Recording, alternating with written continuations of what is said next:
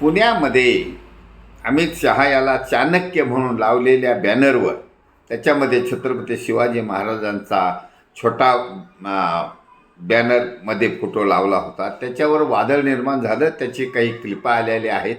आणि ह्या भाजप सरकारमध्ये जी छत्रपती शिवाजी महाराजांच्या अस्मितेची बरोबरी करणे किंवा निगेटिव्ह करणे असे जे विचारधारा आहे, जे सावरकरची विचारधारा, गोलवंकर, अमकं तमकं जे म्हणतात आणि काही विचार मांडतात, त्याच्यामुळे या भाजपाची महाराष्ट्रातून गच्छंती निश्चित आहे.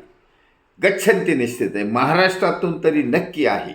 ही विचारधारा छत्रपती शिवाजी महाराजांच्या अस्मितेवर कधी ना कधी डायरेक्ट किंवा इनडायरेक्ट काहीतरी उलटसुलट प्रतिक्रिया देतात. संभाजी महाराजांना सुद्धा काही वेगवेगळं ते विश्लेषणं देतात. त्याच्यामुळे ही गच्छंती सैनिक समाज पार्टीने अभ्यास केला आहे. सैनिक समाज पार्टीने चेतावणी दिलेली आहे आणि समाजाचा इशारा आहे.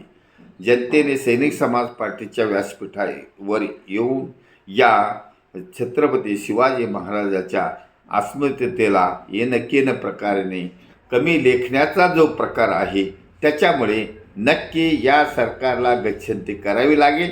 देवेंद्र फडणवीस सरकारला पायउतार व्हावे लागेल आणि त्याचे सपोर्टर जे असतील तेही ऑटोमॅटिक संपणारच आहेत.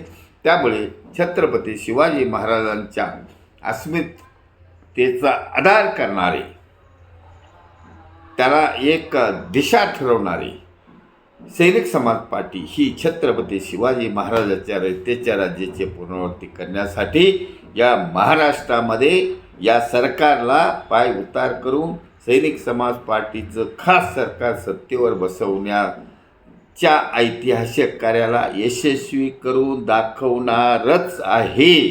धन्यवाद. भारतवर्ष की जय.